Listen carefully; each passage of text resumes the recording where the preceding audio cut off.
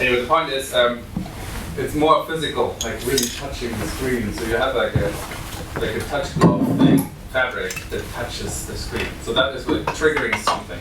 Now you can't assume that, and that's why the lowest common denominator of interaction in VR, that VR, is actually gaze, looking at something and then triggering something with a certain delay. So some of you might have used some VR applications, even if it was Unity-based, doesn't matter. You look at something, you look at it for a little while, and the loader comes and then it executes. That is gaze-based control, right? Trigger-based control, or touch-based control, would happen if you have a trigger. Now, most of these headsets here, and you can play with them later, they have like little triggers which basically simulates you touching the screen, right? But that's not something you really can assume unless you have control over the hardware. And then you can augment this whole thing by attaching a Bluetooth controller, or you have a 3-dot controller in the Gear VR or Daydream, or the Fove or the others. So like you can enhance and improve the inputs and the controllers based on the control on your device. But if you don't have a control of device, think about it just with like staring and then time click. And there's very much out-of-the-box stuff for A-Frame already that handles this kind of interaction, right? Why did I go back? Okay. So here in this case, it's pretty much it's making an object clickable. Like say I do have a cardboard VR headset, like one of those, and then I say I want to trigger something when I touch the screen. Now I can touch the screen when it's in here, but this one does touch the screen for me, right? So I'm saying I want to make something clickable. I'm telling an object to be able to be clicked. And here I'm basically adding to that object an event listener that tells me if I roll over it, I'm entering with the mouse, which is the little reticle, the cursor in the center of the screen. If I roll over it, change the color of the object. If I leave, change the color back to what it was before or something else. And then if I click it, just like if I click on a button, change it, change something. So you tell an object when I look over it, with that little reticle in the center, click, that's the thing that makes it happen, right? So adding a component to a sphere, and the component is clickable. It's just like a standalone component added to the list of other things. Like, you know, okay. If you want to dive into what kind of components are out there, there's a library for that, a registry. Some of them are from me. No. Some of them could be from you, maybe in the future. I mean, this is an open thing. You can just submit stuff and have people help you build better things and make this experience more powerful, more rich. There's very, very great libraries that create complete environments. You can build oceans. You can build stuff. Like there's really good libraries, physics libraries, where you can turn a room into like zero gravity to gravity on Jupiter. You know, like you can manipulate a lot of things to make this a really rich and powerful experience. And a lot of very smart people built a lot of components that can be reused, manipulated, and changed. Yes? I was just going to ask if has anyone joined the A-Frame Slack channel? Yeah. Yeah? Yeah, I would recommend joining that. Everyone here should join because there's, you know, all the co-creators from A-Frame and then the whole global community on there. There's channels around projects, filing bugs, issues, questions, and it's a great place to start contributing to the framework. Yes. So latest docs are 0.8.2. Officially 0.8, but there's a few bugs that I don't like, so I just say 0.2. And then there's a very good tool called the inspector that you can open up. And we're going to see this when we're doing the workshop, and I'll show you how to use that. It's to manually position objects to get a little reference of where things are in space, because it's kind of hard to figure out things just with numbers and code. And before we get started, this is like a must-see.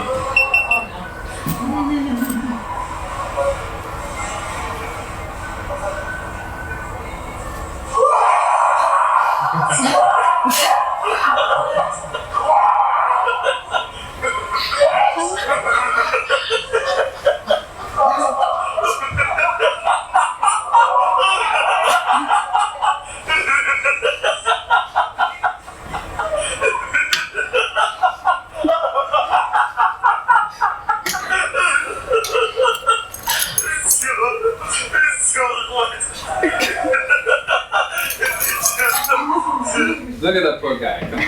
It's funny for us, right?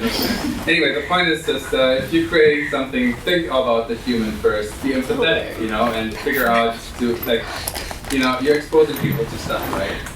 Okay.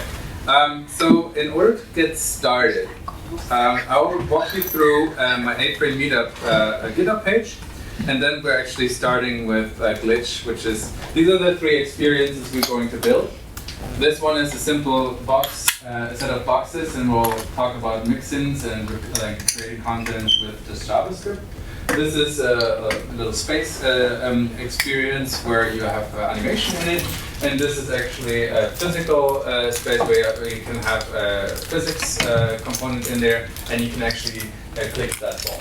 So there's some components in that too. So it's a bit of an incremental thing, and I think we can fly through those pretty far because does anyone have issues with JavaScript in this room? Probably just me.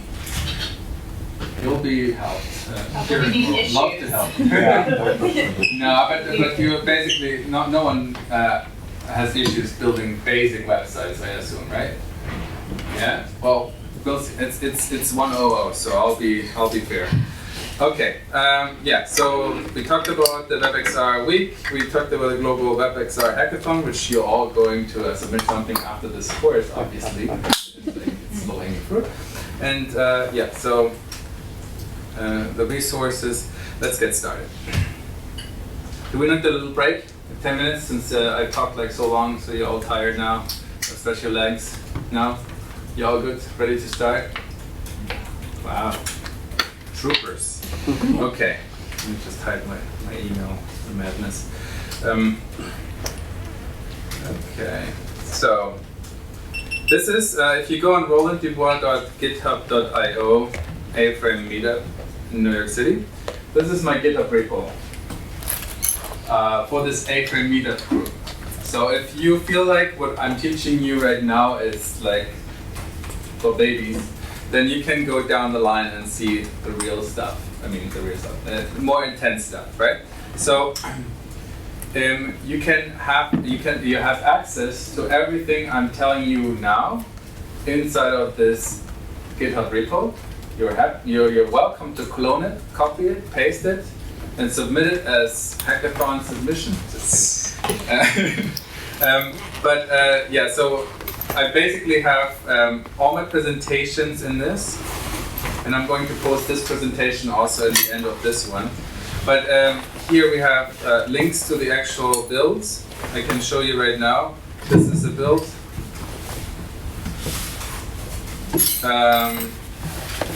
This is a build, right? And this is going to be a build. Yeah. Whee. Hey, don't go away. He should be. Yes, quickly before he falls off the rim. Damn it, he's fast. Click, and I turn into a soccer ball. Yes, FIFA.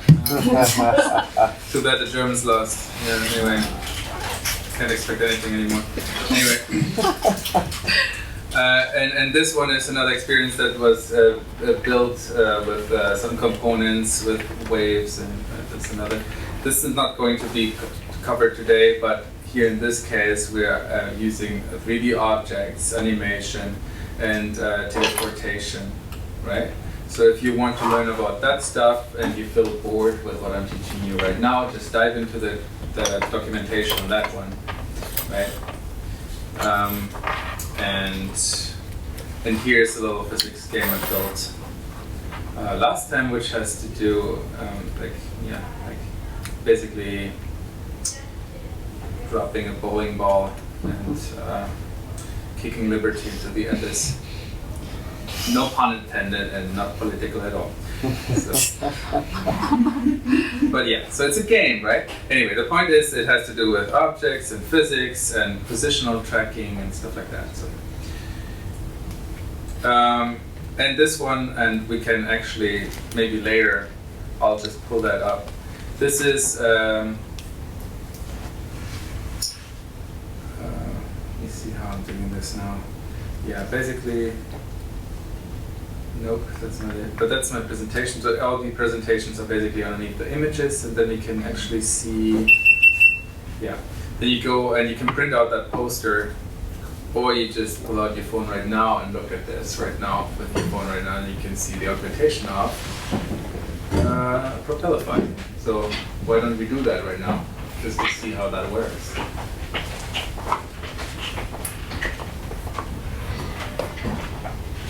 If you're too far away, you can come closer. Just stretch your legs because we're gonna be starting the code in a second. Oh yeah. Does it work? So if you don't get the QR code, just type in this URL and then look at the marker. And hopefully there's not reflection, which means that, I don't know if this reflection means that you can read it, but who sees it? No one? Too far. You can come in front, please. Guys, let's stretch our legs. We're gonna have a code session. Let's look at it. Okay, John. So you're going on your browser, and then you type in that thing, and then you should see something, right? Working.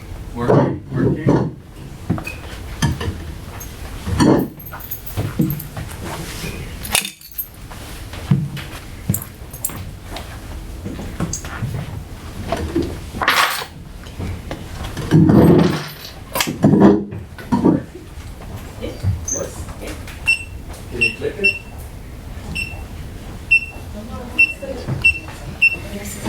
Yeah, it's working. You got the one. Yeah. No, I'm locking on my twice.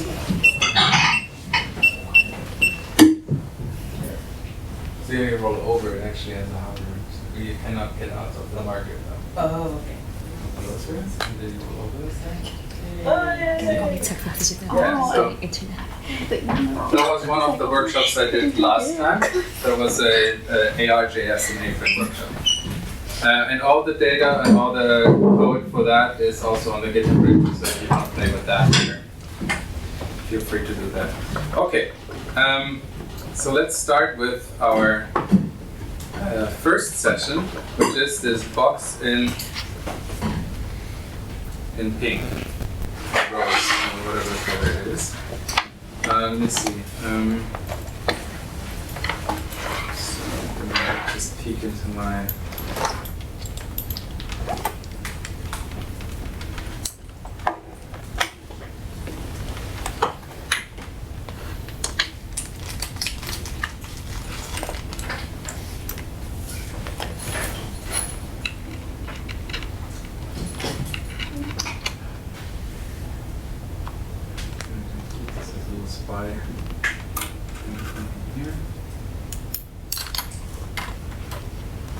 Okay, so let's go all in Glitch. Who does not have a Glitch account? Yeah, Glitch is a platform that basically makes it possible for you to code online, like directly online. It's basically like a editor, you know, just like Sublime, but online. The good part about it is that you can actually showcase what you're building at the same time as you're building it. So when you go up here on Show Live, while you're coding stuff, you can see it live and you test it on your phone parallel. And I have a few starter setups for local host environments with NPM, but I think for this course, it's just we're gonna take it easy. Okay. So once you create, who is on Glitch now? Who is not on Glitch now? Let's say it like this. Okay, let's go on Glitch. Glitch.com, and then let's start a. This is not gonna. Let's start a new project, a web page, right?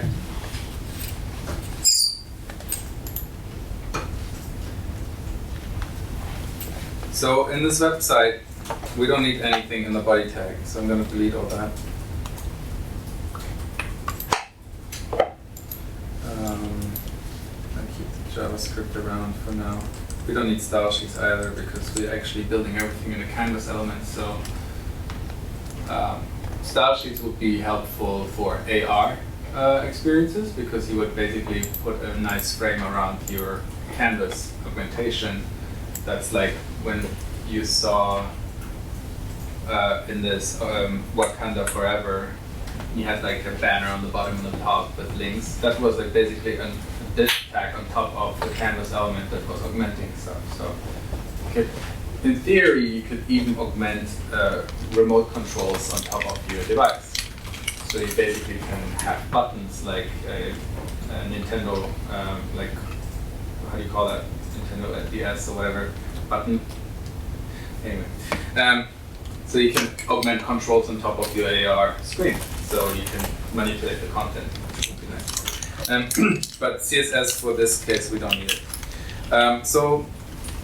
We're starting to create a VR experience by just simply adding the library for A-frame in it. And if you look, let's go on A-frame IO. iframe IO is a good resource to just go through. So in the header, you have to add the library. I'm using 8.2 instead of 8.0.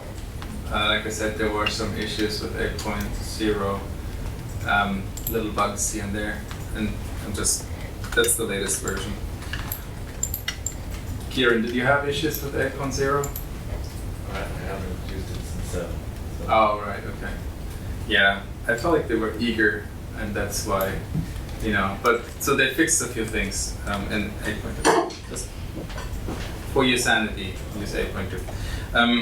And then you obviously have to describe the area where your content will be displayed, the scene.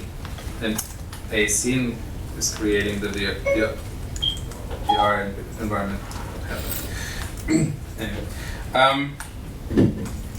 So that's basically the basis for a VR environment. So let's say my VR experiment. And now I can add,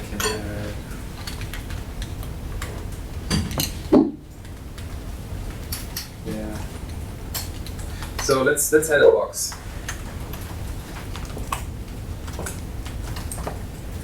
Like we saw before, a box. And if I don't give it any values, it's a 1 meter by 1 meter by 1 meter box. Okay? So let's see right now. Let's see. One second.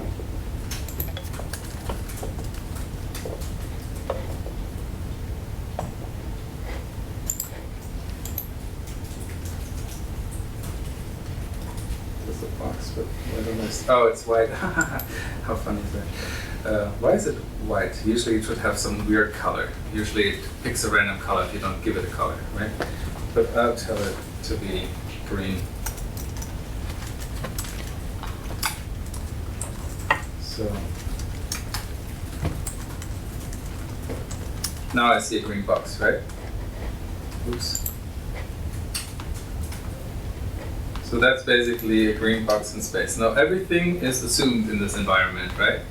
So you're assuming that the position of the box is 0, 0, 0, you are 0, 0, 0, you have cursor controls, so you can actually navigate with your cursors, and the only variable I give this box is green, which is the color. How do you move around if people are moving?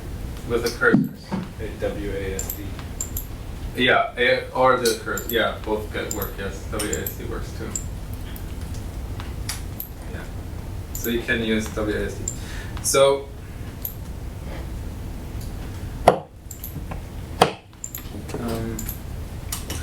now if I can make this a little bit more exciting. I realized that okay. So let's upload some assets.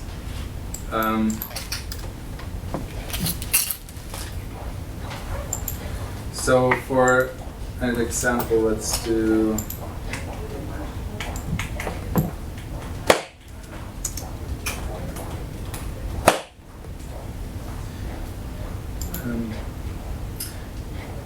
how do you get the asset? That's the question. Because I can, if you go on the in my GitHub repo, and then you download the GitHub repo, then you have assets in a folder. So if you go there and you say clone or download, right? Then inside of the demos, there's an assets folder with all the nice assets you didn't use in this experience.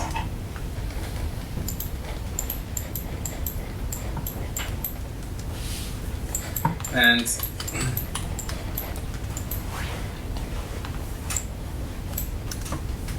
one asset is this. I'm just going to put it on the desktop.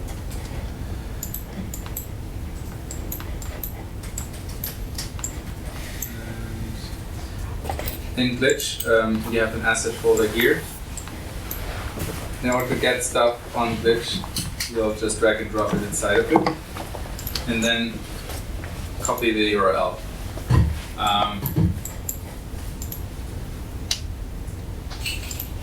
That gives you some kind of cryptic URL, but that's the way Glitch works. We have to deal with that. So I'm giving it a material component, and I'm telling the material source, src, to be that link. And now when I get out of there and I look at this, then I have the gradient, right? Make sense? So I'm going back to the code. I'll show you what I did.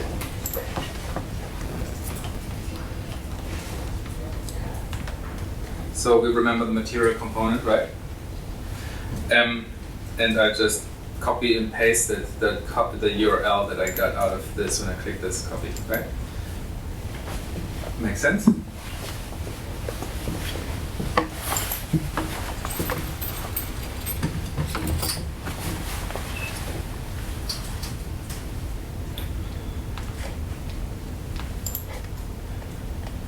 But who is so far following me, and who has issues following?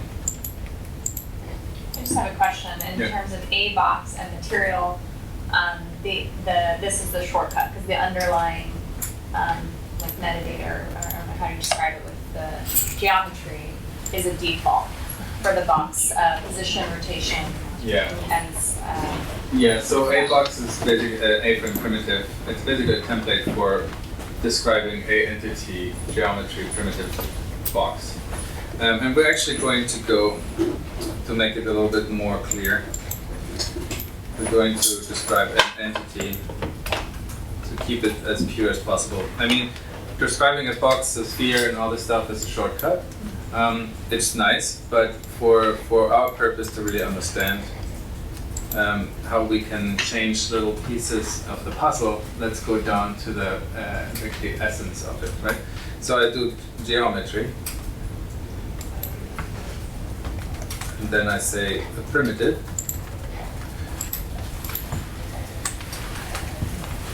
box, and that geometry would have then width, height, and length.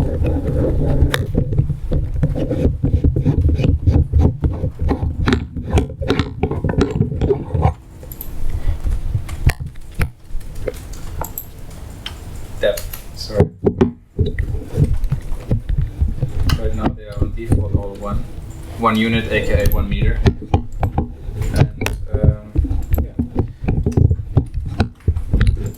And then we have material, which is color, source, glossiness, all that kind of stuff.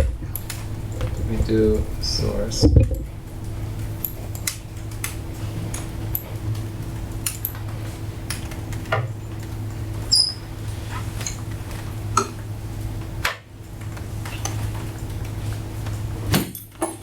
Okay.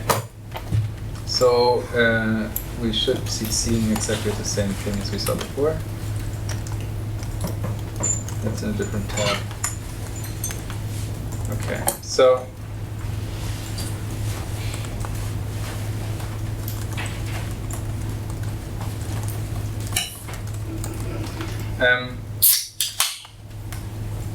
one thing that I was showing you in my demo was me sitting in the chair.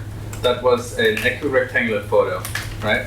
You all probably have seen like those 360 cameras that come up and pop up with the two spheres facing each other. They basically are taking a 360 distortion, like a 180 and 180, and stitch it intelligently together to create some kind of world map from the position of the user, or from the camera position of the world around you, right? Now, those to describe those kind of bubbles, they're called sky components. Like, so we can say a sky, and I can tell my. So sky is nothing else than a primitive of a sphere with an inverted face, which means you can see it from the inside but not from the outside, and a radius of 15 meters. So very far away, where basically your the depth perception stops at a certain degree from far away, right? So it's turning flat, and that's where then they spin out this equirectangular photo as a texture inside of the sphere. And what I'm going to do now is I'm going to give this gradient, turn this gradient into my background, because I'm putting myself inside of the sphere with the sky. Position is 0, 0, 0, 15 meters from the center radius, and I'm inside of a sphere. And that's going to be the sky. And in order to give this box a different texture, I'll just say color red.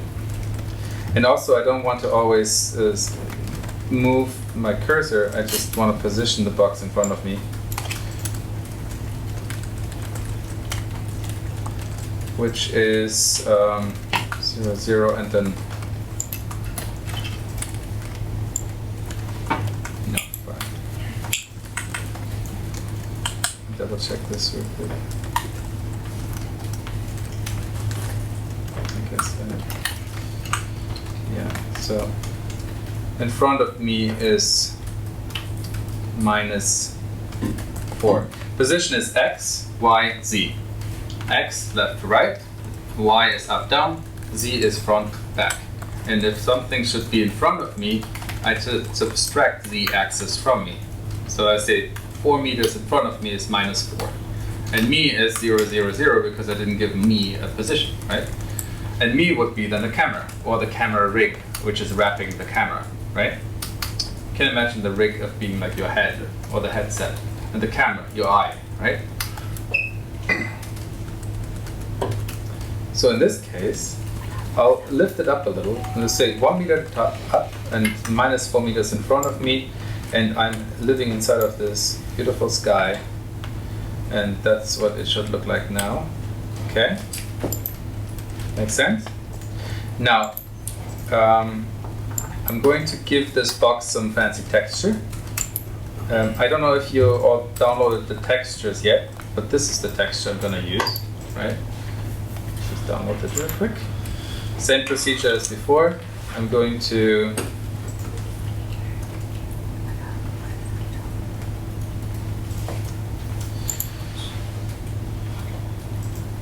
drop it on desktop and then push it into my assets folder. And then I'm copying the URL, copy URL, right? So when you create textures for your VR experience, it's always better to have a potential of 2 texture. Who does not know what potential of 2 is? Yeah, bits, right? 2, 4, 6, 8, 12, 16, not 12, not but 16, and then 32, 46, all this kind of, like 200 by 265 by 265, 1024 by 1024, 512, 512. Those, because then, because WebGL digests proportionate potential of 2 numbers faster and better, it makes sense to create your assets and your textures in a potential of 2. So if you have a rectangular image, it could be 512 wide and 265 tall. It has to always be a multiple of 2, right? You know. But if you don't have that, you can add some kind of tag to it that says NPOT true, which is not a potential of 2. So, but that's just for performance later down the line. Just want to raise the awareness. If you're producing assets, make sure they are like in a good resolution, but a multiple of 2, right? Okay, so we copied the URL of this texture, and now I'm going to add that as a source for an image here, and sorry.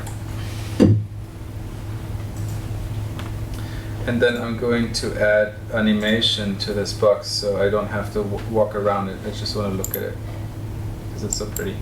Yeah, let me just copy paste the entire thing. Yeah, actually, I'm going to copy and paste the entire thing and then explain what I'm doing here. How about that? And you guys can see. So, assets, and then I have to copy texture.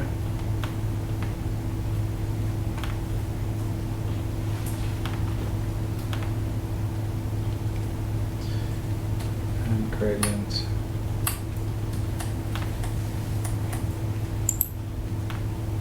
Okay, so like sky or box, light is also an entity, an element that has property that it emits light. And there's 3 different lights.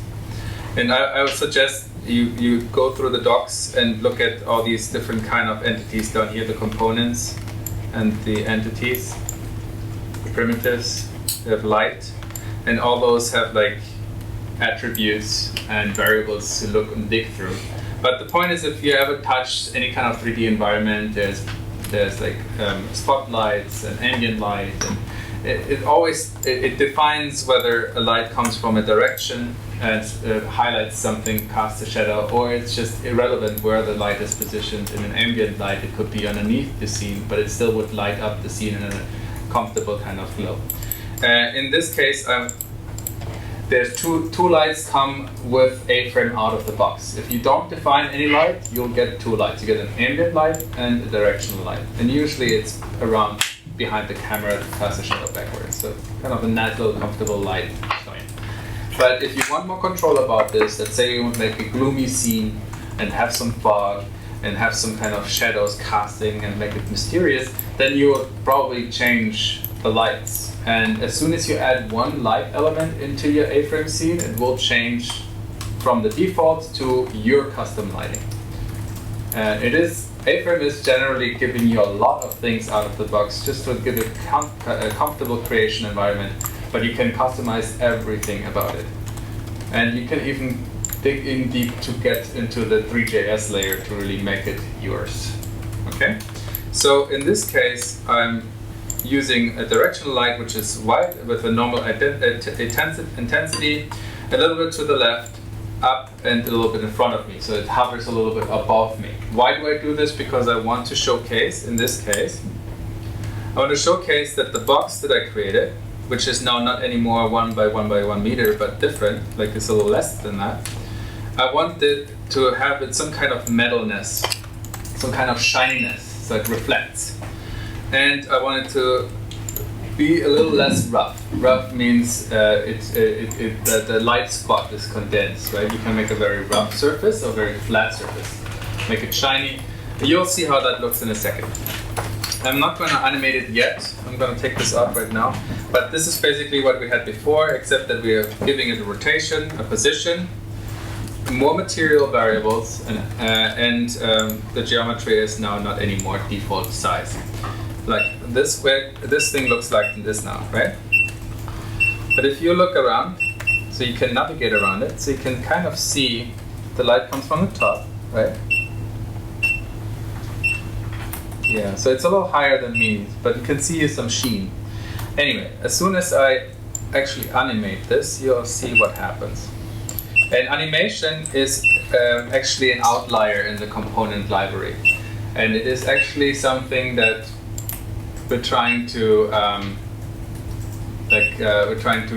integrate more naturally, because right now it's built as an own element, nested inside of the entity. So you add animation as a nested element inside of an element to animate that element.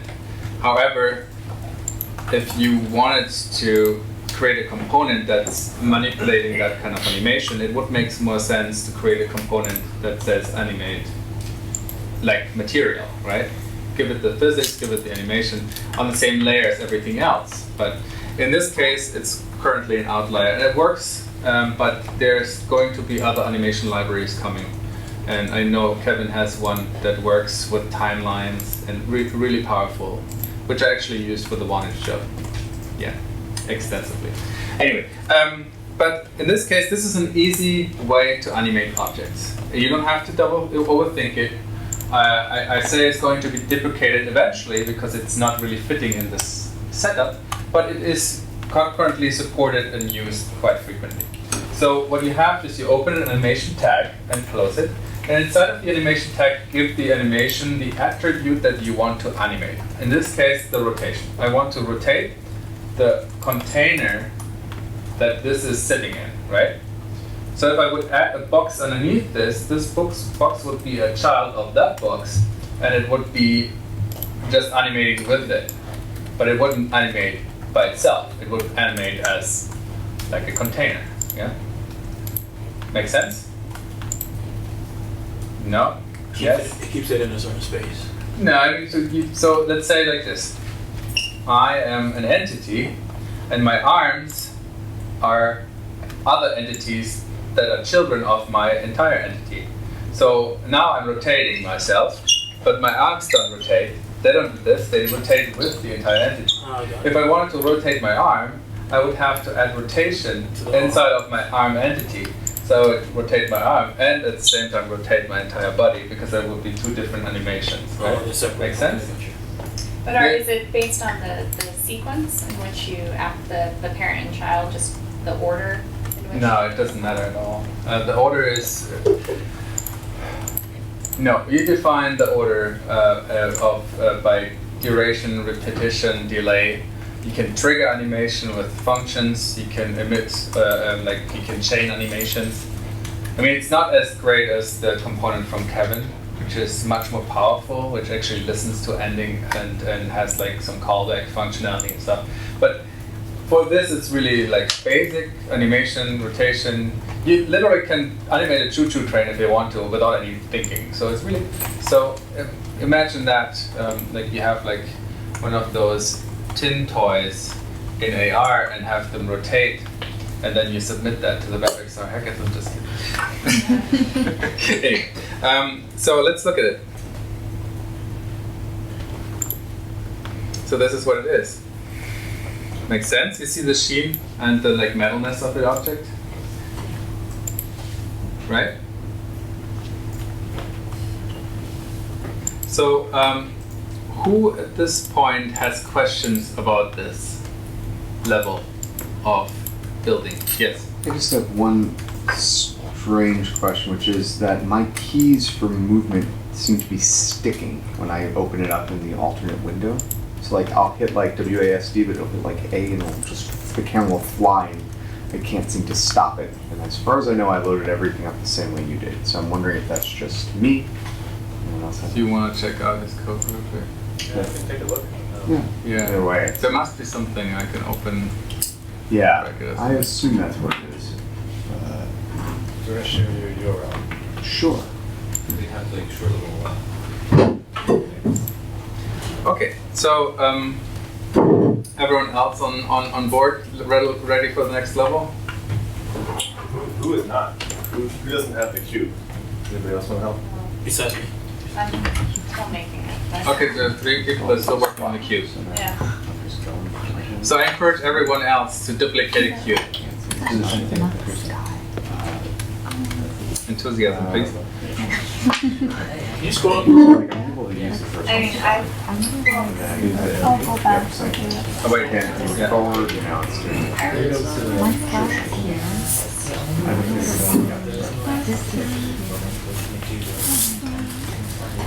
The only thing with the approach is really it's something really basic, the closing plan. Yeah.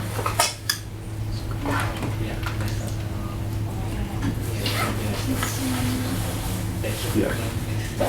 Well, there I was just starting. Yeah, I don't really know. The other thing I was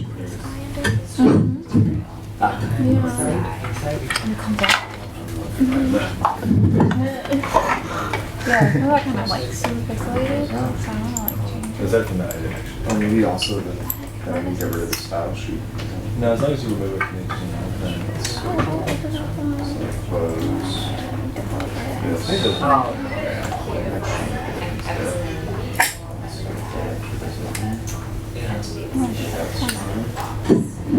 Nope.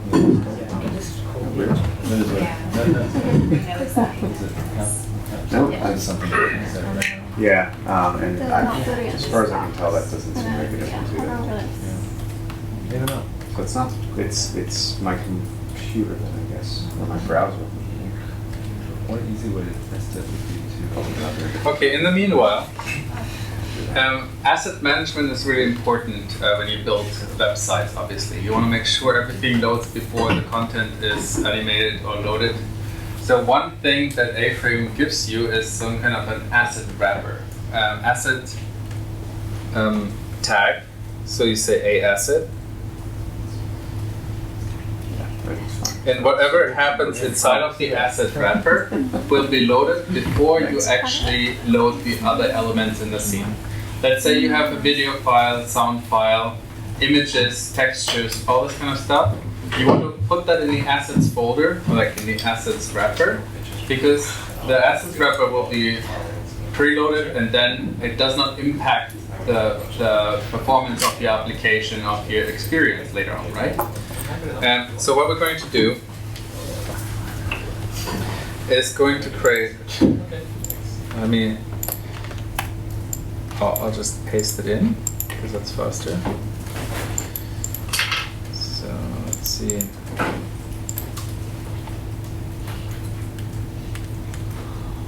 So inside of the assets folder, I basically define images, like image files in any HTML file, right? Inside of these images are then located the URLs to the textures. Now I just have one in there, but I'm going to add the other two in there just to give variety.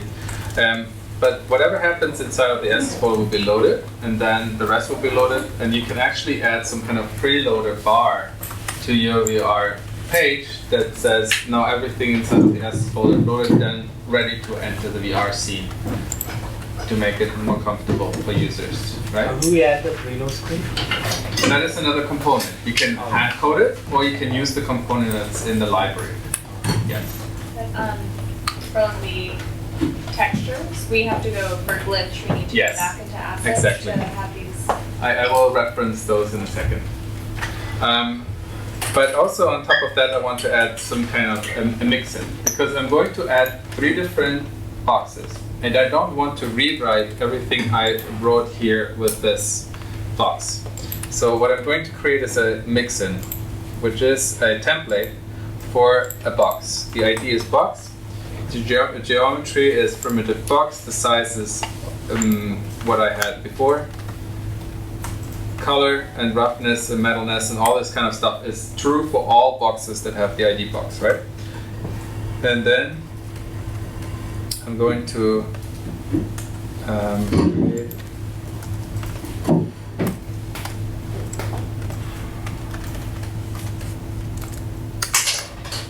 for this, just say mix in box. I'm going to do this 3 times. That means I have 3 boxes of the same kind of size. And just copy this over real quick.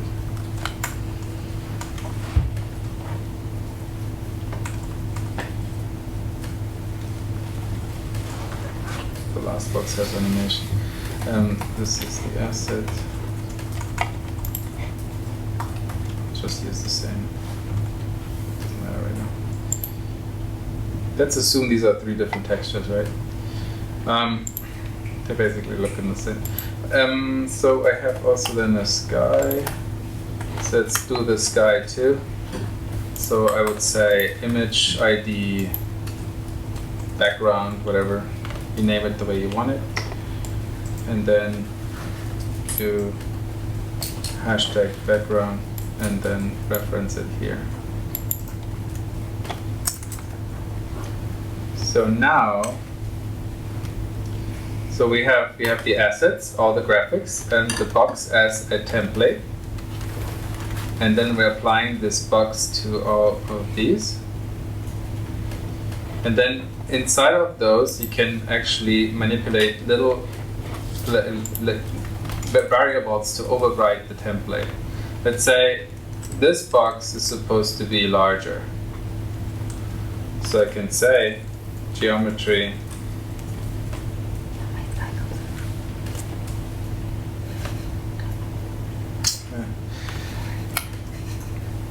width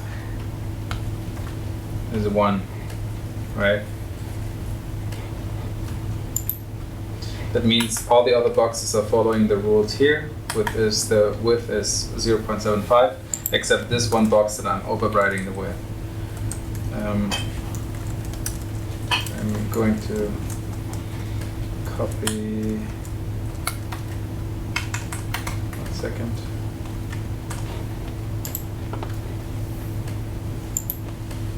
Yeah. So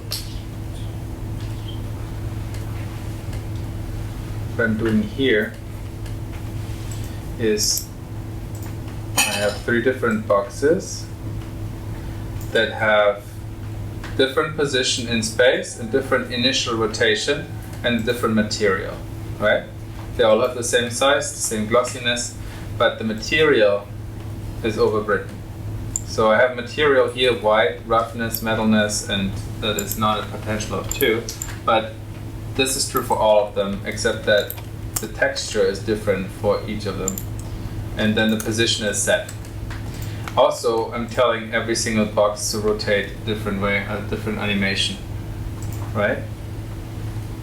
So I have some automatization in there, some repetition, but keep it very much templated. So if I say now the box in general is taller, all of the boxes will be taller, but you have 3 different boxes here, literally, just with a few clicks, right? So you can change the template and say, hey, all the boxes have to be now 1.5 meters. Then they will be all 1.5 meters because you're using a template as baseline, right? Good. I'm going to leave this up for a second. Anyone any questions about mix-ins? Can you repeat one more time? Like, is it for like a loop? Can duplicate? Yeah, absolutely. I'll show you now how to publish these boxes with JavaScript. You don't like. I use mix-ins more as a template. If I let's say you do make a VR walkthrough where you go from one 360 image to the next 360 image, right? And you're creating sets of navigation elements, or like, let's say there's a highlight box, like a question mark, and there's like an arrow going this way, an arrow going this way, and the red button. So I'm creating mix-ins for like, what does a button look like? And then I'm giving those, an additional mix-in called arrow or question mark, and then just like CSS, you would chain those kind of things inside of the element. You don't have to describe it again. And if you use React, Angular, Ember, and all the other JavaScript libraries to like dynamically create content, you can repurpose this kind of stuff. You don't have to just go down the line with all like recreating the element from scratch. So it's really powerful. And once you change to say, oh, I realize when I test this in VR, it really looks like it's in your face. Then if you have a template, then you say, okay, then move everything X further out, and all of a sudden everything moves X further out. Or you can change the scale from everything. You can add a scale element to some kind of environment, and it cross changes everywhere. So you don't have to intrinsically find what's wrong, right? Yeah. Make sense? Yeah.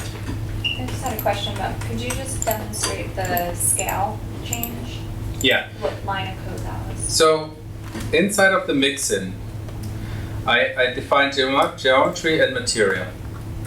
And it's a box that is a width, height, and depth. So originally the height was 0.5, and I am repeating this mixin 3 times. I have 3 times this box. Now I can change the height of the box, and it will be applied everywhere, because I don't override the geometry of the height of the box inside of one of those boxes. So I have like a master template that I'm dictating everywhere, right? So I'm changing, let's say, width, I make it very wide now. Within your assets, you're making a change. Within assets. No, yeah, in the assets is the mixin, right? Okay. So that's basically it. But it will change across the board, unless you override it in a single entity, right? Unless you give it a specific width, and then that's going to be always superior. Okay? Good. Now the next thing is the JavaScript. In order to let less code, just like for the people that like JavaScript libraries. Again, okay, so there's it.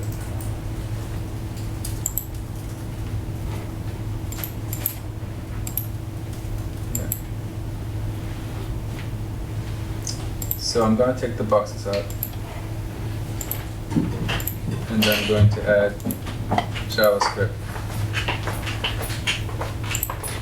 So in this case, this is how it looks, right? Nothing changed except the fact that I just added the boxes dynamically with JavaScript. I'm going to show you the code. So I set the variable for the scene element, and then I create a box element, and then I'm adding attribute, mixin box, and the actual attributes as components. Chain them into this element, and then I append it to scene element. Straightforward. Now you can get your loop, right? You can make 100 boxes, everyone a meter distance, boom. Yeah. For data visualization, a very good tool, right? You can just list things out of the database and split them into an environment. Pretty straightforward. And then for the animation part, it's a little more tricky. You have to actually, I have to actually like add render loop in order to rotate these elements. So that's a different way how to rotate those, but yeah. So they are a little bit wilder, but anyway. The idea is that it's a very powerful descriptive language, so you can actually add dynamically and change dynamically on the fly.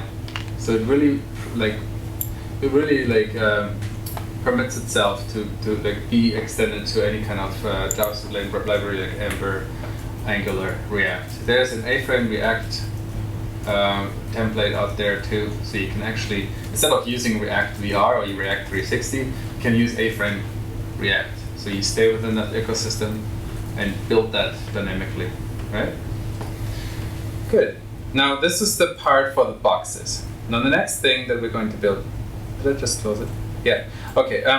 The next thing we're going to build was the space scene. Are we excited about the space scene? Yeah, right? Who doesn't want to have a space scene? So in this scene, I'm going to introduce. Okay, this is interesting because I have the materials too. Okay, how am I gonna do that? That is a little complicated, I think. Yeah. So first, let's build this. Let's build an earth, right? Let's take the boxes out, and we don't need. We keep the sky. We take the lights out. We go to default lighting, and then next to sky, we're actually creating a sphere that has a gigantic radius, which is 70 meters. Obviously, it's not the Earth, but I want to just prove a point here. Right? I don't need to have an Earth surface radius. It actually would break. I had a friend that tried it, and it's like, why is it not working? It's like, dude, you know, it's WebGL, it's not, you know. Anyway, so I'm positioning it 20 meters to the left, 20 meters down, and almost 100 meters away. and I give it a material called Earth. One material background will be the sky of the stars. Let's say stars, and the other material will be Earth. So I have two materials, and now I have to upload those assets. Since you downloaded the GitHub repo, right? So you'll have access really quickly to all the assets. So Earth is here. That's an image from NASA, and it's beautiful. And then I have the star sky, which is also, no, that's not it. That's me in an office space. Where is it? Space. That's it. That's also from NASA. You can get a lot of nice images, and I've seen a lot of examples of planetary system, like educational applications made with just NASA assets for A-frame. So there's a lot of stuff out there already. So it's great. Assets, and then I'm dropping those in. This is Earth, copy. And where's space? Okay. Earth.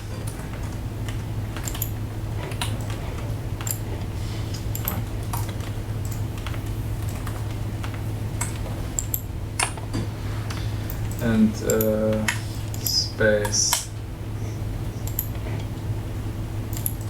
Earth and space. And stars. It's fine.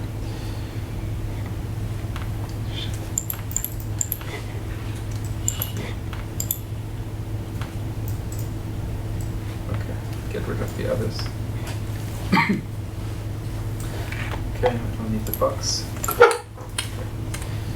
So all we have is these two assets, and then we have a sky dome, and then a sphere, a huge sphere, and animating the sphere rotation-wise. I don't want any easing. You saw like some kind of like slowing it, like some kind of momentum in those boxes, right? That was like a normal ease. And when you say easing linear, you have a linear rotation. So now we are looking at the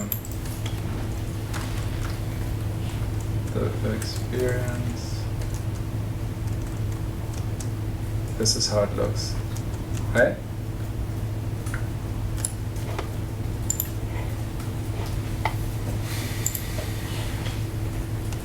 Makes sense? These go back to the assets for some reason they're not loaded properly. Not the files, but the way you loaded them into index. Okay. So assets, and then image ID, and then source, right? I was missing an S. Huh? Yeah.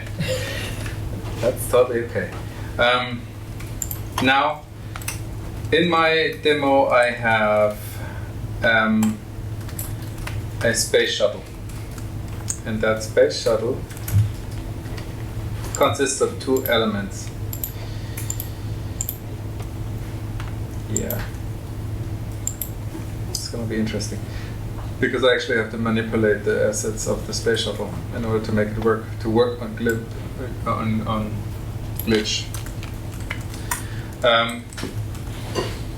In this example, I'm adding an OBJ file, so you can actually add third-party 3D objects, OBJ, FBX, GLTF, all different kind of formats of 3D objects, and you can add them into A-frame.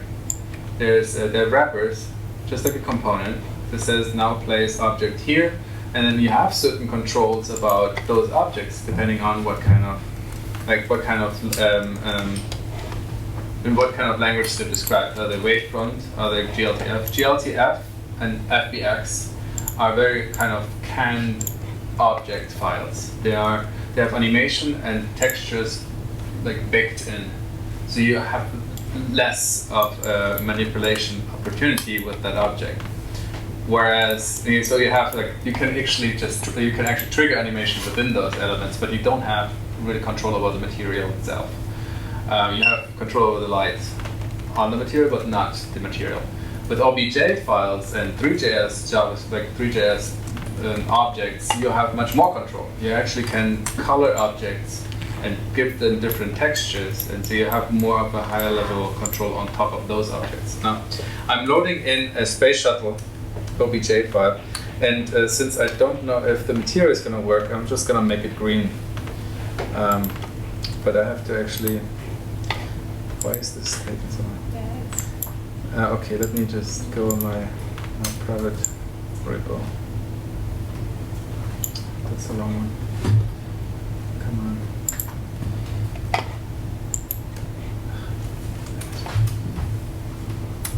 Okay.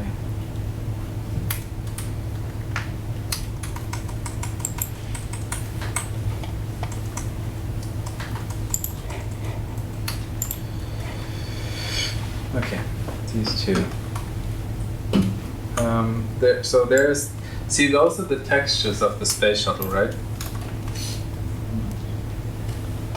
And in order to get those textures reflected on the material, and then the material reflected on the object, I have to do magic here. So you don't really need to learn any of that if you're using a custom like localhost environment. If you're coding on your own server, you just drag and drop, and the reference of the files are normal.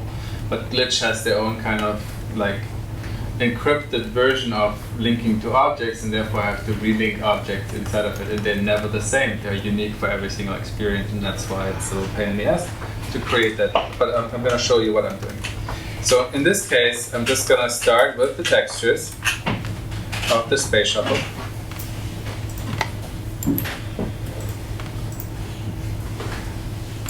Okay, and they shouldn't be too huge. Why are they so big? Are they big? No, 100 kilobytes, come on. Oh no, my 7 minutes ran out. Are you serious? Should be working. It's hopefully. Oh, fine. Okay, so now what I have is the texture of the space shuttle now. I'm copying that. Now I have a URL for that. Those I'm gonna duplicate and drag on this desktop. So I have to do some magic here. And the material file. I have to open the material file in my code, and I have to tell this is the texture, okay? Because usually it's the path is relative, but we don't have relative paths in there. So that's what I do there. So now I have the material, and then dragging the material in here. Now I have the material. Now I'm going to copy the URL for the material, because that one is referenced on the OBJ file. Again, boom. And then I'm dragging that one into my Sublime, and then I'm going to change the material URL. So, in theory, look at this little, how cute is that, right? Anyway, so let's put that in here.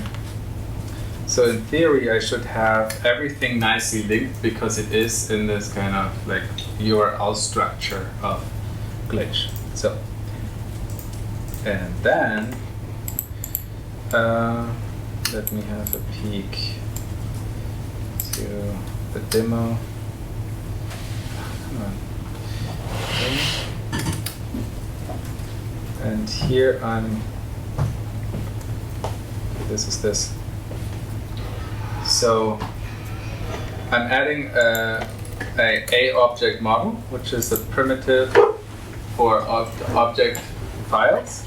And here I have the object file. Now I have to go in here, copy the OBJ file URL,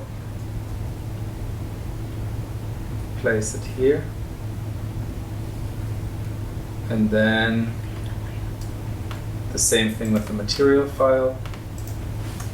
That's the MTL here, copy, and then I place that one in here. Obviously I can do that also as assets, right? And make hashtag material, hashtag OBJ file, but I'm lazy right now, so let's do it like this. And then we have our space shuttle, and we have even the textures, so everything is beautiful. Yay! Right? Makes sense? But now let's say I have issues putting this material in there, right? So what I can do is get rid of the material. Oh wow. Okay, let me do this differently. This is ridiculous. I hate this. 10 million lines of text. Let's say I'm hiding the material and I'm saying now color green. Boom. Right?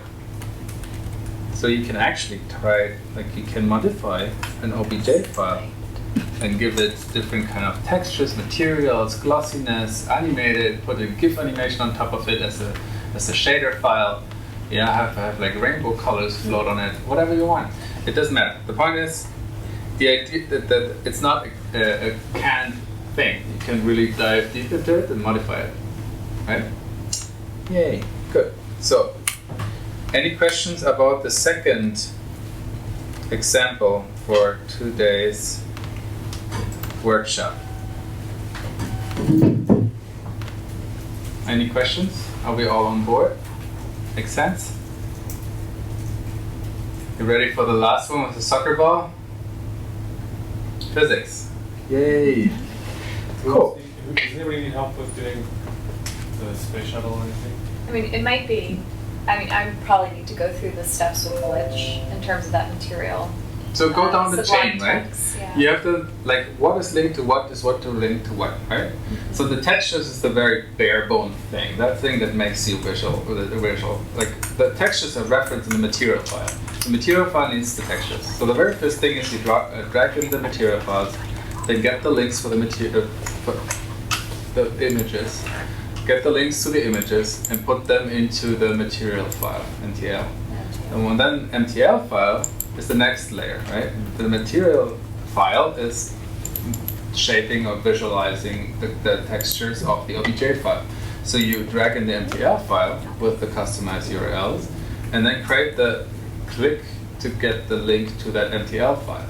And that one will be then referenced in the OBJ file. So you modify the OBJ file locally and then drag it into the experience, into the assets folder, and then everything is nicely linked out.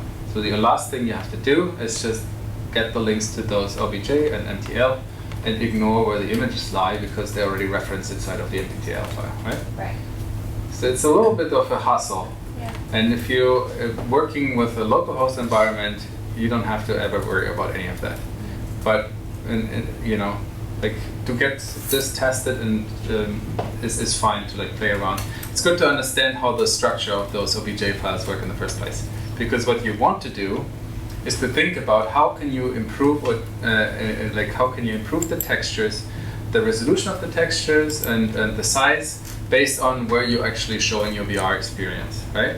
Let's say on a mobile phone and spotty internet, I don't want the highest resolution texture, so I load a smaller file. But if you're on an HD Vive, let's go bombastic, make it beautiful, right? So you have like the 4K imagery and whatever. So because the device can support it, you don't have a bad experience, but you also have the visual quality that you would expect in a high-level device like that. So understanding how this kind of the relationship between materials and load, like where stuff comes from. If you master this, it's never bad, right? Any other questions? Ready for some soccer, right? Or basketball turning into anyway. Okay, let's do that. Now we go away from space and go back to Earth. The materials for this experience is basically just a plane. So, and the component. Now I'm going to, okay, yeah. Let me just add all the assets real quick and then I'm going through it step by step. So we're going to get rid of the model, the sky, we keep the sky, and we get rid of the sphere. So, sky is grass. Then we have grass texture, basketball, and a soccer ball, football, whatever. I'm going to add those assets.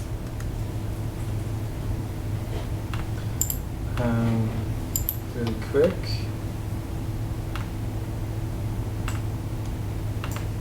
So here's the football, basketball, grass guy, sky. That's it. So you can see here, these are equirectangular photos of a soccer ball and a basketball, right? Because we have a sphere. Just pretty much like an equirectangular photo, except that the sphere is textured outside facing, right? Has anyone seen a basketball or soccer ball like this before? Yeah, right? No? Yes? Yeah, it's weird, but it looks good when it's on the texture. So I have here an equirectangular photo done with some 360 camera, probably a Ricoh Theta or something like that. And here the color of the grass. That was important for me because, oh, actually I put in the wrong, I can delete that. That's just me. That was an LG 360 camera, by the way. Not really the best. Anyway, so I have grass texture. Now this texture is plain grass. Also, the resolution is clearly not potential of 2, but you can fix that. You know how to. The point is, I tinted the color green of the grass as the same as this one, in order to make a nice kind of transition, because it should work together. Now I have the grass guy. I'll copy that one. Add that here. Then the grass floor. Copy that.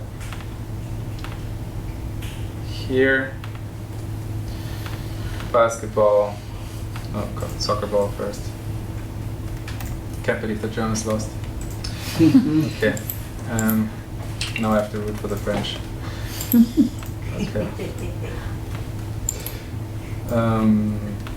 Here we go. So now I have all the assets. I'm going to add the sky reference here. Now I basically see this, right? That's my equirectangular photo. Nothing happens, no ball yet. But anyway, now I'm going to add the floor. Now, I'm going to add lights too. This light is a little bit like daylight, greenish. I got the colors with the color picker from the 360 image, just to make it a nice ambience. Can't really see it yet because nothing is reflecting on it yet. But okay, I'm adding. So yeah, let's add the floor. So as a floor, you define a plane. When you do a plane, that is a surface that has height and width and no depth. It's just one. It's basically two triangles or more polygons if you want to define more. But it's very straightforward and it's always facing you. So if you see the plane now, that's a plane. 1 by 1 meter, a square, with only visible from the front, right? You can see it from the back. Which is very important because it impacts the performance. You don't need a box to show a floor. You just need one plane. And that plane always is like facing you unless you rotate it 90 degrees towards the floor. Minus 90 degrees on the x-axis. So I'm going to do that. So ignore that. So I'm giving it a base color. The base color actually is influencing the texture color. You saw that the texture was slightly stronger green, and this base color is more like the green from the equirectangular photo. So it will be multiplied on top of it, and therefore it looks better. I repeat the texture 100 by 100 times. That's another component, to repeat the texture. So it does not one big stretched grass, but it's like 100 times. And then I rotate it on the x-axis minus 90 degrees, so it flops down like this. So it's on the floor, and it has 0, 0, 0 positioning because I don't give it any position value, and this and it's 300 by 300 wide and top. So this is basically the floor now, right? Makes sense? So in order to show you, if I do a red floor, this is how it looks, right? Makes sense? Okay, I'll keep that in there. This is for later. Now, I'm doing a little trick here because I'm going to drop a ball on a surface, and it's usually very perfect physics. The ball has no kind of like angle when it falls. It bounces on the same position until it doesn't bounce anymore, based on the physics that I described. In order to kind of make the ball go in any kind of random position, I place a little tiny cone element with the grass texture underneath, a little bit off from the ball. So it actually doesn't fall on a flat surface, but it falls on some kind of angle, you know, like a stone that you put down. So it actually, when it falls, so I can hunt it down and try to click it. So otherwise it's really boring. So, you know, you want to have some dimension in this. So this is what the cone does. A little cone that is super tiny and super hidden, and it's just there. And maybe you can see it, maybe you can't, but you tell me right now. See? You see it? Yeah. If I wouldn't have told you, you would have seen it. Anyway, it's just a trick, and I think it's actually hovering. What the heck is going on here? It's a little too high. Doesn't matter. The point is, it just should redirect the ball. Now let's add the ball.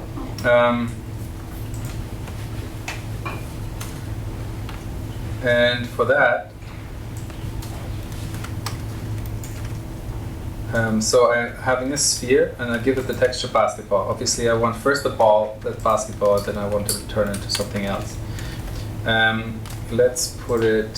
So the radius is 0.5 meter, which is absolutely not the size of the ball, but you know, just for, we don't have to be super accurate for this experiment. But I'm giving it the position of -4 meters in front of me and hovering at 1 meter just so I can see it. And there it is, right? So it's right above this little cone, but it will shift it, so you can see it will fall probably this way. This way. Anyway, now I have a few variables in here that I'm going to talk about. In order to get physics involved inside of this experience, you have to add the physics library into the header, and then you add the components to the entire scene, and then also to the elements that should act as physical elements with each other, right? So the way that works is you're going and get the library from the registry, or you just copy and paste from my file. And you add it in the header here. So this is the A-frame physics system from Don McCurdy. And basically, just like A-frame, you now have at your fingertips physics, with just this adding the library. Now, you won't see any of that until you apply it to the scene. And then the scene itself,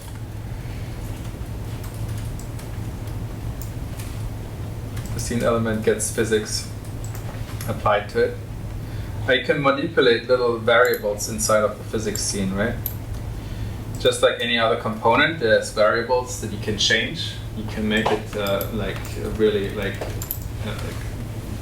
low gravity environment, normal. You can change how the friction between elements works. You know, is it a very smooth element like environment, or you know, bounciness and stuff. So when I don't apply anything to this physics environment, like go with the default, it will have a debug function on, and all the elements like that are defined as static bodies are not moving, but the things that have a dynamic body are actually moving and bouncing and doing things. So right now, you see how this thing doesn't really, maybe, right? Anyway, so I'm going to put this ball very, very high and have it bounce down. Why doesn't it show my debug? Anyway.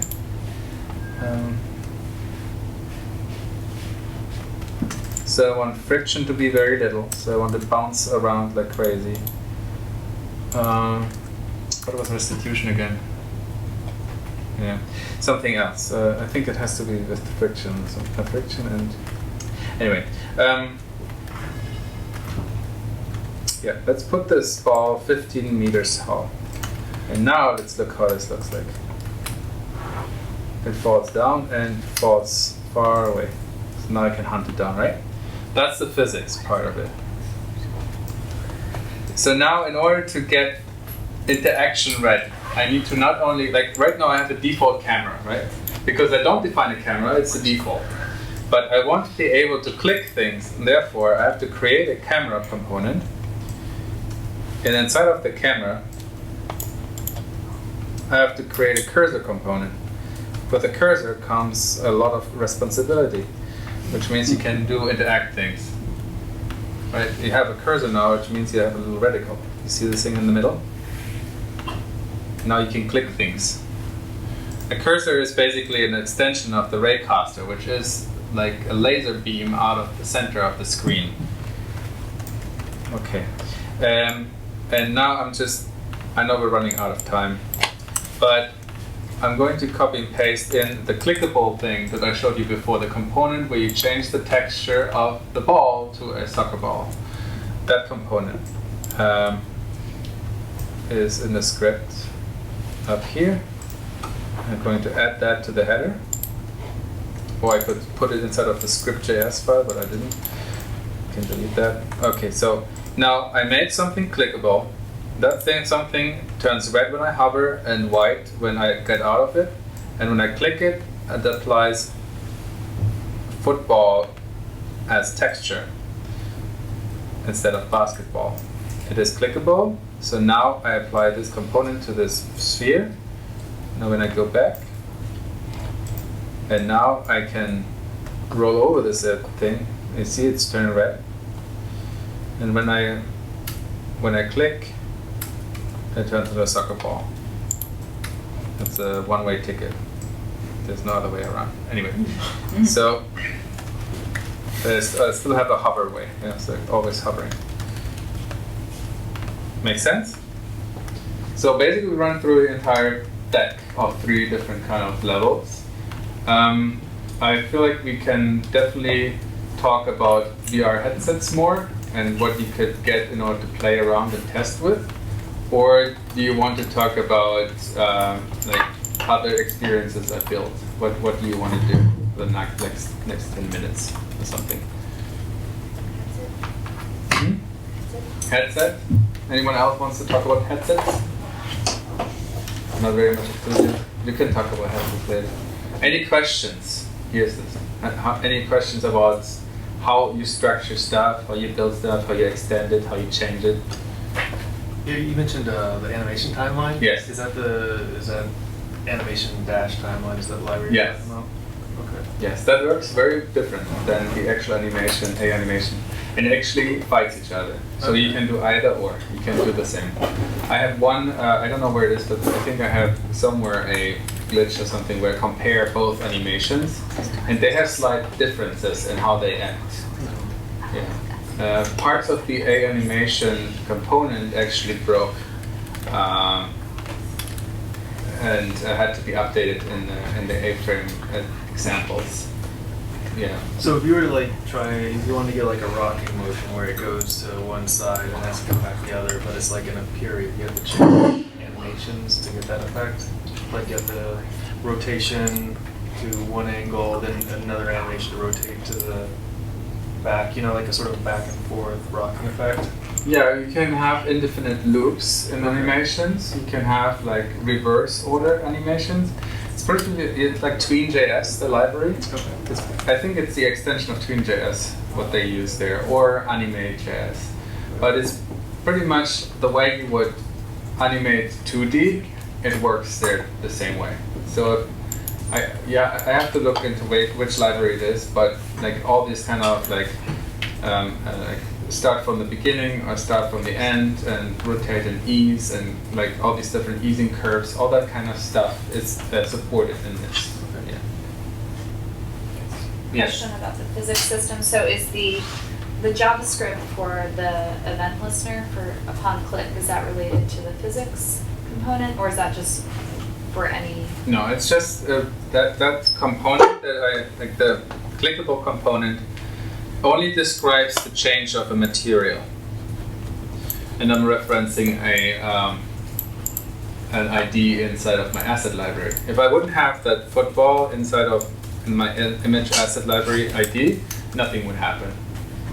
And what other things can you do with that rather than material change? Oh, you can change size, you can change. Let's do it like this.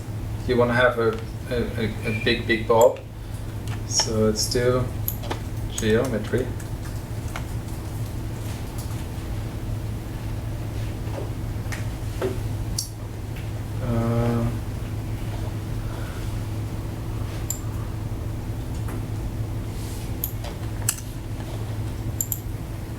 So when I click this thing, it should be growing.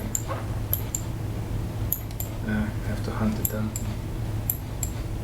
Boom. Yay! Mm-hmm. Anyone seen the Pixel, the movie with a huge Pac-Man? No relationship anyway. But you see here, there's an issue with that.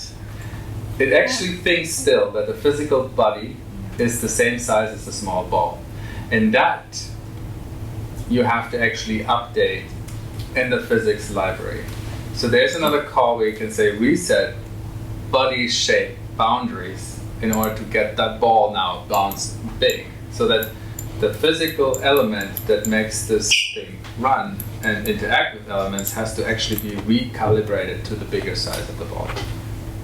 So, but that actually is something I'm covering in my bowling example with the Statue of Liberties going down. Yeah.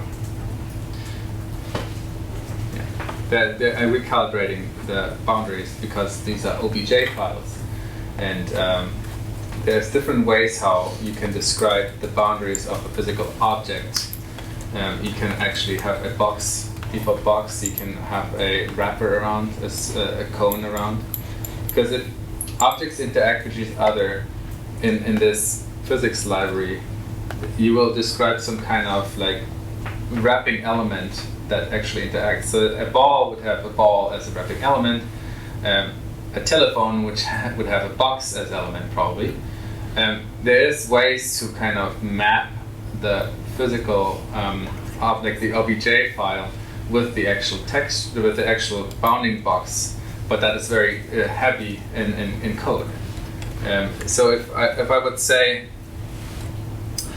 usually when you do apply physics first, it gives you kind of a red outline box about the objects that have physicality added to them, and then you turn debug off. But debug is showing you what is the entity of the object that's interacting with other objects. So it doesn't, for a sphere is a sphere, you can't see the borders, but let's say you have, like I said, Statue of Liberty or a telephone, it's going to be a square, you know, like some kind of rectangular shape that's close enough but not really, showing like the intrinsic kind of like shape of the object. So you can make combinations. Let's say if you have a table and you want that table to interact physically. Let's say you want to shoot something underneath the table, like a ball on top or underneath the table. Then you can tell the physical element that it's a combination of one rectangular top and 4 rectangular legs, or cylindrical legs. And therefore, when you throw the ball underneath the table and it hits one of the legs, it will bounce off on the radius it acts towards the cylinder shape, wrapping that part. If you go with default, and you say this table is a static object or a physical element, then it would just wrap the entire table into a box, and you wouldn't be able to shoot anything underneath it. because it just bounces off this boundary, because it doesn't care about emptiness inside of the object, you know. So there's a few ways how to make this work very nicely. Physics tools and stuff like that. But yeah, there's ways to like define like raw shapes and stuff, especially if you have like, say you want cars, bumper cars and stuff falling on top of the car or bouncing off the car. You don't want this to be a box, right? You want it to like, it bounces off the hood, you know, or like, you know, you open the door, it bounces from the door or something like that, you know. So you want to give it more like finesse, right? Other questions? Who feels confident building something in A-frame? I think everyone should, right? You were so quiet, you didn't ask any question, you should be all easy. Who's gonna look at all my demo files tonight and learn them? Or like the next couple of weeks? Yes? You know, so I'm I have a question available. regarding photos. Huh? I have a question regarding photos. Yes. I was gonna say, if you wanted to create some kind of 360 thing where like all the photos are on one sheet of paper and you're going around them, how would you do something like that? Again? You're moving. You're actually moving the set of photos on a sheet of paper. Like they're all on one thing. Like the flyer that I gave you has all the little pictures on it, and you want to kind of move the photo around, rather the flyer around, but you're still seeing things on the other side. And that sounds a little complicated. I mean, I'm not explaining it right. Can anyone help me? Do you mean with the controller you're moving, like in VR or AR? AR. AR.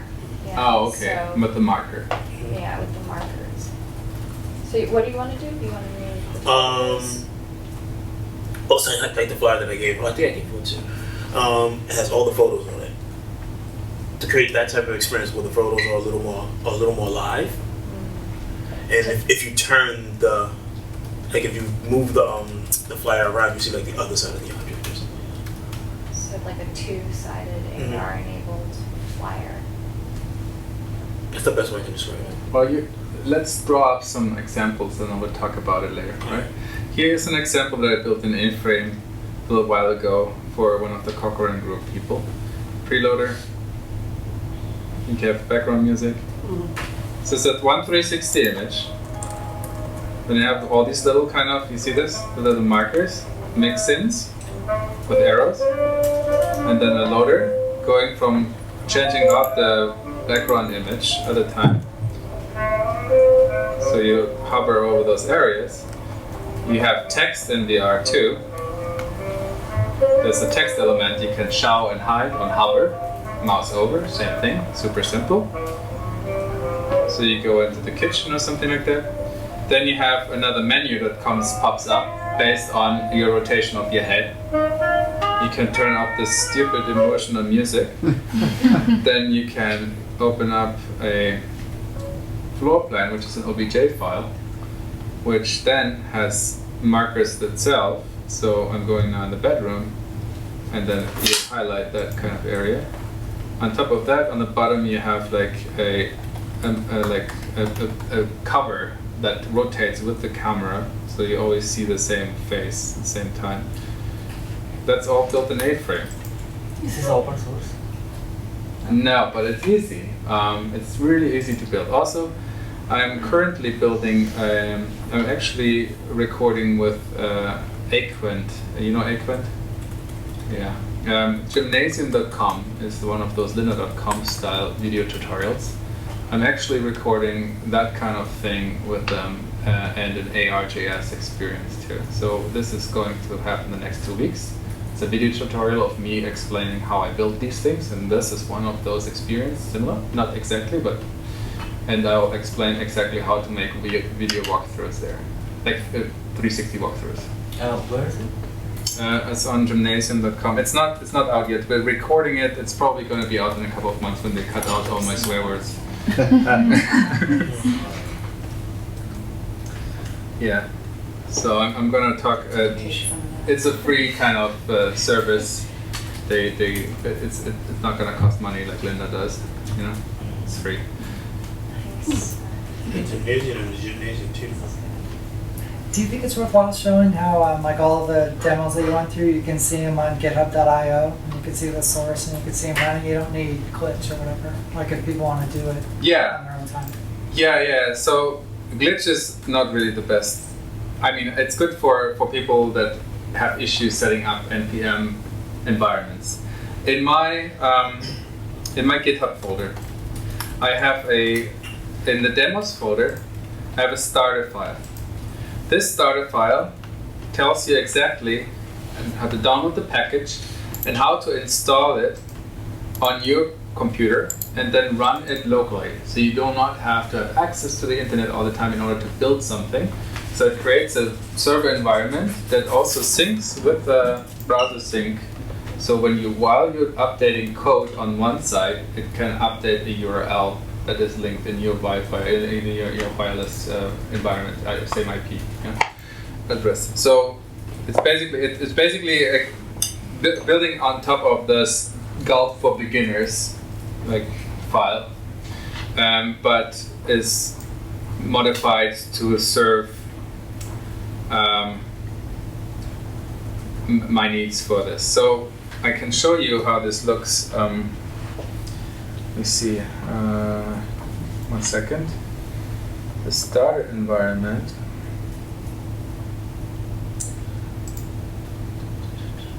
I wonder if this is starter. I think app. Okay. So this is the starter file. This is how it looks when you deploy it on your computer. So it has like the little text down here. Hello, Abram. Why is this so tall? Yeah. And it has like casting shadows. You see the OBJ object casts a shadow on the other object. That's another setting for the light component. Casting shadows, receiving shadows. All depends on performance, obviously, but there's a lot of little things that are basically set in the starter file, and you can work from that. And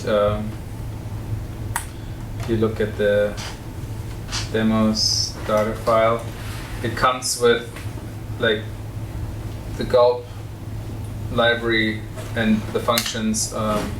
It's all basically explained here, and where you're going to navigate and change stuff, like what the actual core of your workspace is inside of the app folder, and there you have the index file with the library, the A-frame library in it, and the assets, like everything there ready to play, modify, change, delete, and then all the objects are in this folder here. So it gives you some kind of a file structure to keep yourself organized, to like get a good kind of set started, and then like put it in your own GitHub repo and build your own kind of thing with version control and share it. You know, you can basically create, like I did, a GitHub like page and then share it with people over your GitHub. You know, if you want to share, if you want to keep it for yourself and make a lot of money with it, then make it a private repo and deploy it on a Heroku server or something like that. Right? Yes. From your real estate demo, are there any A-frame examples around the hotspots to go from scene to scene? Yes. There's one which is a little biased because it's built on top of a library of a library. It's Kevin's. So there's a few examples on A-frame too. Obviously, I show always my examples, but here's a bunch of examples. Here's the 360 image library. Yeah. So what is this? The same thing. It basically switches from image 360 image to 360 image. Has a nice little sound effect. You know. It's like hover buttons and changing material, background image, sky image, done. There's a bunch of examples here about light and reflection, position and materials. Yeah, and then there are all these with the little controller here are for people with HTC Vives because they don't work on desktop, so they're not really progressively enhanced. But this one was an example of a Christmas card from 2017, 16, 17, where you can actually change your view based on a return key press. So you're either inside of this blimp there or outside of the blimp. And this is a GLTF. I think it's GLTF, right? Do you know? I think it was a little older. Might have been OpenJ. Let me see. How about that? Oh, we didn't talk about the inspector. Anyway. Let's see, what is it?